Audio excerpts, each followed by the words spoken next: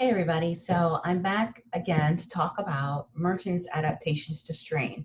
You probably have read through the structural theories and came upon a discussion of Merton's strain theory, and I think it's a really interesting theory. So I want to just talk about it in some detail with you so you have some idea of what Merton was actually getting at when he developed this theory. So this Merton's adaptations to strain, it's also referred to as anomie, and it's a macro level, meaning we're focusing on a larger scale social institution. So for Merton, he was talking about societies, and he was trying to understand why certain societies had higher crime or more crime than other societies. And so his theory was that, or his argument was that in the United States, the American dream is criminogenic in the sense that I don't want to say it promotes criminal behavior, but it promotes the striving toward success without putting into place the proper um, limits around what um, behaviors or actions you can engage in order to reach that success. And so for Merton, he was concerned that the American dream was criminogenic because, the American dream, and remember, he was theorizing back in the early 1900s, so it was a lot different back then in terms of what people were striving for, what they were working toward physically, the physical things they were trying to get, but the psychological drive of the American dream is still very much alive and well. And hopefully we'll have some good discussion about that in class. But for purposes of this mini lecture or mini capsule, what Merton is focusing on is whether or not, or looking at whether or not the American dream in and of itself is something that is generating criminal behavior. So let's talk about it and see how the theory kind of describes this process. So with Merton, he identified adaptations to strain. So what is the strain? What's the strain? What's the stress? So for Merton, the strain is, it derives from this disjunction between the goals and means.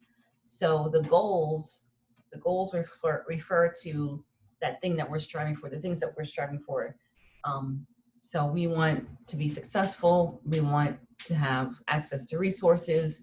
Maybe we want to be famous. Maybe we want to be popular, right? We have these goals for ourselves. And when it comes to the American dream, and this was at a time when you had unrestrained capitalism, you didn't have a lot of the regulations and pushback on corporations that you do now. So you had this unregulated capitalism that was just running amok, I would say. And so for Merton,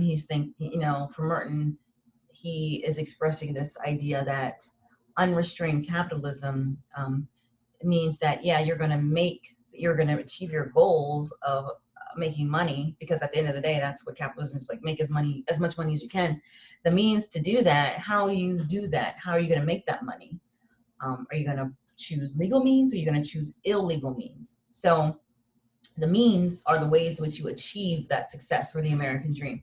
So our traditional typical way of achieving success, and you guys are a part of it right now, is by getting your education, getting a job and making money. Or, if you're fortunate enough to be born into a wealthy family, then you might have the means already there for you, already to be passed down to you. So you don't really have to struggle. So you're not going to feel the same strain or stress as somebody who would be starting with nothing but the clothes on their back, and then they're going to try to build something from there. Okay, so that's what the means are. The means are that way. Now there are other, okay, and we'll talk about some of the different ways that we can achieve these goals, the alternate means. So Merton identified 5 adaptations to strain. He identified conformity, innovation, ritualism, retreatism, and rebellion. All right, so this graphic is very helpful because it kind of breaks down the theory pretty well. So for the means and goals, with conformity, you accept the means and you accept the goals. And that's the majority of people in our society accept the means and goals. So the means for achieving the American dream, achieving success in our society. So you go to school, you get a job, you work really hard, And eventually, you know, you're going to achieve the American dream. You're going to have enough money. You have a home, you have a vehicle, you'll have food in your refrigerator, you'll be able to pay your bills, and you can take vacations, whatever your American dream is. If you're a conformist, you're going to follow the rules and laws in order to reach your goal. Innovators are the ones who reject the means but accept the goal. So innovation basically means that this person, and we're just using this is a macro level theory, which means it's looking at society, but these adaptations to strain are at the individual level. So at the individual level, according to Merton, somebody who innovates, they accept the goal, so they want American dream success. However, they reject the means. So for whatever reason, they might, you know, they're for multiple reasons. Maybe they're not able to use the legitimate means. Maybe they have a criminal record, and so they can't go to college. Not that a criminal record will prevent you from going to college, but maybe they have a criminal record. They can't qualify for student loans, and they don't have the money to pay for college. So maybe they'll sell drugs, or they'll become an exotic dancer, which is perfectly legal. Selling drugs, not legal. Might engage in prostitution to make money in order to, you know, have to reach that goal of the American dream, commit fraud, right? So innovators are the ones who commit the crime. You know, if this were an undergrad class and I gave you a multiple choice question and I asked, you know, which of Merton's adaptations is the one that's the criminal, you would say innovators are the ones who engage in criminal behavior. Ritualism is another adaptation. So with ritualism, these people accept the means, but they reject the goals. So this is someone who maybe they have, you know, they work hard every day, they strive to reach the American dream, but they just have never made enough money to secure the American dream. And so they're just kind of this workaday person who goes to work to make the money. They don't have any real, you know, it's like, oh, well, I'm never going to have the American dream. I'm never going to be wealthy. I'm never going to be really successful. You know, this is my life. I'm just going to go and do my job. And, you know, that's it. I don't want to get in trouble. I'm not going to break the law. It's not worth it to me. I'm just going to go ahead and go on about my business.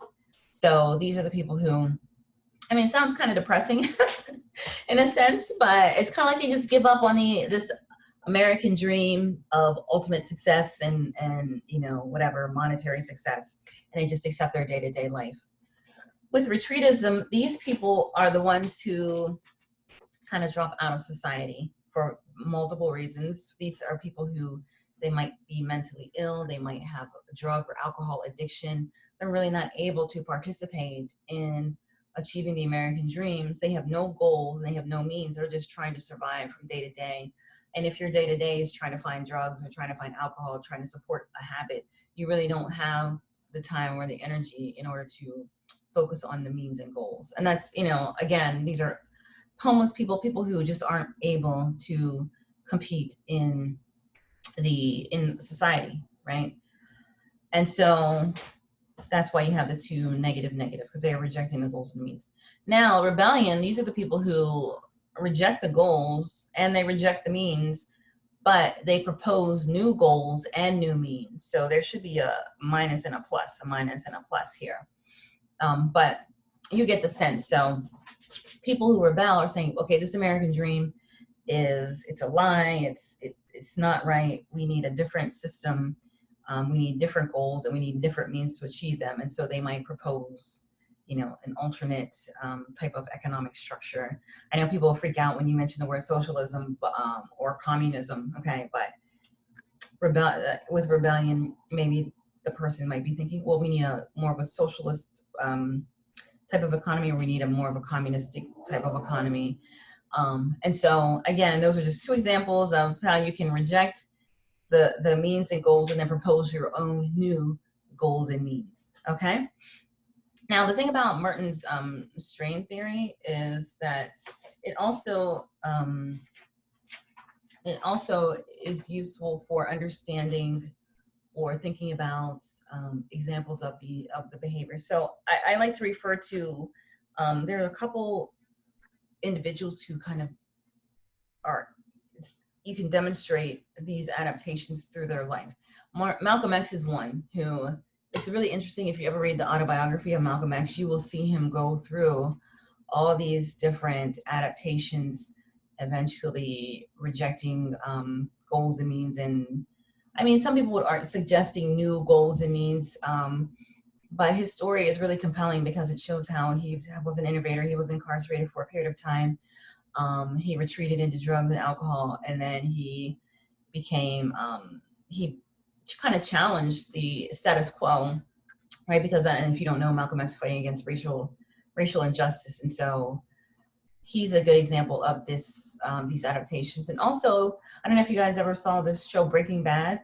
I think Walter White is a great example of somebody who shows these adaptations. He seemed like he was in ritualism because he had, I don't know if you saw the series, but you know, he was in this career field, and he left because he got married and had a wife and children, whatever, and he missed the opportunity to make a lot of money through this older company that he was working for. So then he became a ritualist because he was he was very intelligent, but he was stuck in this job, and you could tell it was kind of ritualistic what he was doing. And then he found out he had cancer, so then he began to innovate and he started breaking the law. But again, I think his story is an interesting reflection of Merton's adaptations to strain. And you may be able to think of other examples that you've seen or been exposed to. And I would recommend or suggest, that as you go through your readings and as you're watching something on television, maybe you're thinking about the American dream and how a character in a book or on a TV series is trying to achieve that American dream. Are they conformists? Are they innovating? Are there characters who in the show that demonstrate ritualism or retreatism? It makes it fun, I think, just to kind of try to apply the theories to real life. That's what I do sometimes, just because I think it makes the theories more come to life more. So hopefully this is helpful, and yeah, I'll post this and I'll see you in class or in the next video.